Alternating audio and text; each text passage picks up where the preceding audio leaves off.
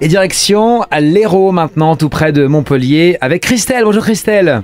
Bonjour Lorraine. Lorraine est là, elle vous écoute pour la question. Oui, bonjour Christelle, je vous écoute. Je m'appelle pas Lorraine, moi. Hein,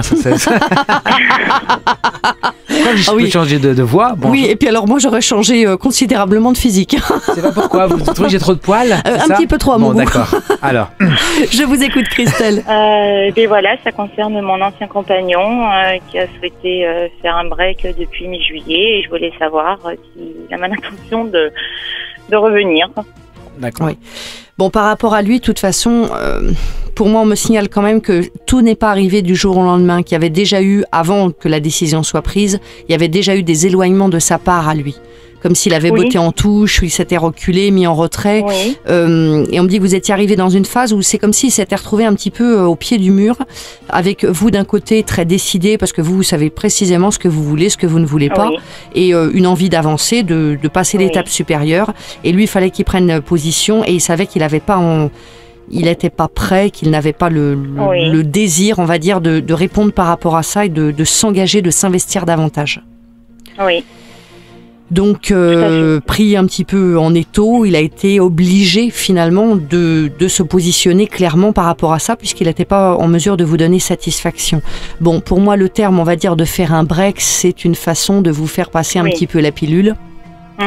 Parce que je pense qu'il avait un petit peu peur et qu'il sait qu'avec vous, ça peut déménager. Ah.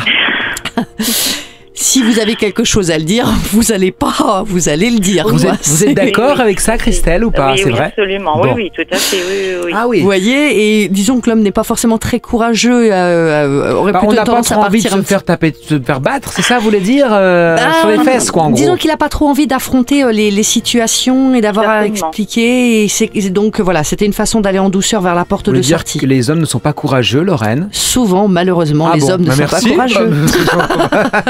Effectivement, il y a des exceptions, fort heureusement, mais c'est vrai, du coup, on a toujours peur, chez nous, les femmes, de notre côté dragon. Hein, donc, mais on est un peu obligés des fois. Mais bon. Ah, vous crachez du feu, c'est pour ça. Je me disais des choses dans le studio. Non, mais c'est pour ça. Bon, là, pour moi, très clairement, il avait de toute façon montré déjà des signes avant-coureurs. Tant qu'il n'était pas obligé de se positionner clairement, ça aurait pu continuer à glisser. Là, il commençait vraiment à devoir se positionner clairement vis-à-vis de vous et montrer des engagements supplémentaires. Il n'en a pas capable, il n'en a pas le souhait et du coup, il a pris la porte de sortie. Après, à côté de ça, c'est un homme qui, pour moi, n'aime pas la solitude, qui n'aime pas être seul et donc, du coup, de toute façon, qui, pour moi, a déjà quelqu'un qui gravite autour ou est déjà dans l'optique, on va dire, de repartir sur un cheminement à deux, mais parce que c'est quelqu'un qui n'est pas bien tout seul, il n'aime pas être seul. Hein. D'accord. Bon, oui, j'avais pas identifié ça. En fait, je pensais qu'il était plutôt assez casanier, justement, parce que moi, je suis très entourée, et c'est vrai que les quelques mois où on durait la relation, on est beaucoup sortis, on a reçu beaucoup, et j'ai eu l'impression que c'était peut-être ça aussi. Je précise, quand je parle de seul, qui n'aime pas être seul, je parle pas socialement, hein. Je parle sentimentalement parlant. Oui, c'est possible, oui. Non, je parle à ce niveau-là. Non, à ce niveau-là uniquement. Couple, quoi, il doit être en couple. Ou en couple, en tout cas, avoir quelqu'un qui gravite autour. Il y a des gens qui peuvent pas être tout seuls. Non, c'est de ce point de vue-là, uniquement au niveau du cœur. Mais après, il n'est pas en mesure de se positionner par rapport à vous. Ce que vous attendez, il ne peut pas vous l'apporter, il le sait.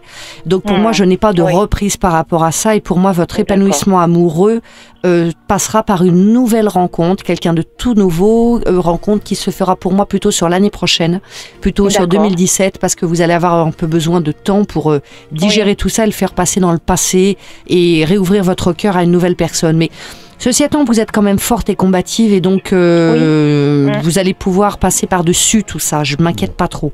Mais faites le deuil. Faites le deuil parce que il n'y a plus rien à aller chercher dans cette relation et il y a autre chose de très joli qui vous attend pour pouvoir passer vraiment à une construction. Donc, vous inquiétez pas. Il y a quelqu'un que j'ai entendu me dire il n'y a pas très longtemps que quand un rêve ne se réalise pas, c'est qu'un plus grand rêve nous attend ailleurs. Donc, croyez en ce rêve. Vous nous apportez le sourire, Lorraine. Merci. Vous êtes une vraie poète. Comment on dit poétesse? Une poétesse. Voilà, c'est ça. Une vraie poétesse. Merci en tout cas, Christelle. On vous souhaite une belle journée avec votre radio. Et c'est bien sûr Lundi Voyance.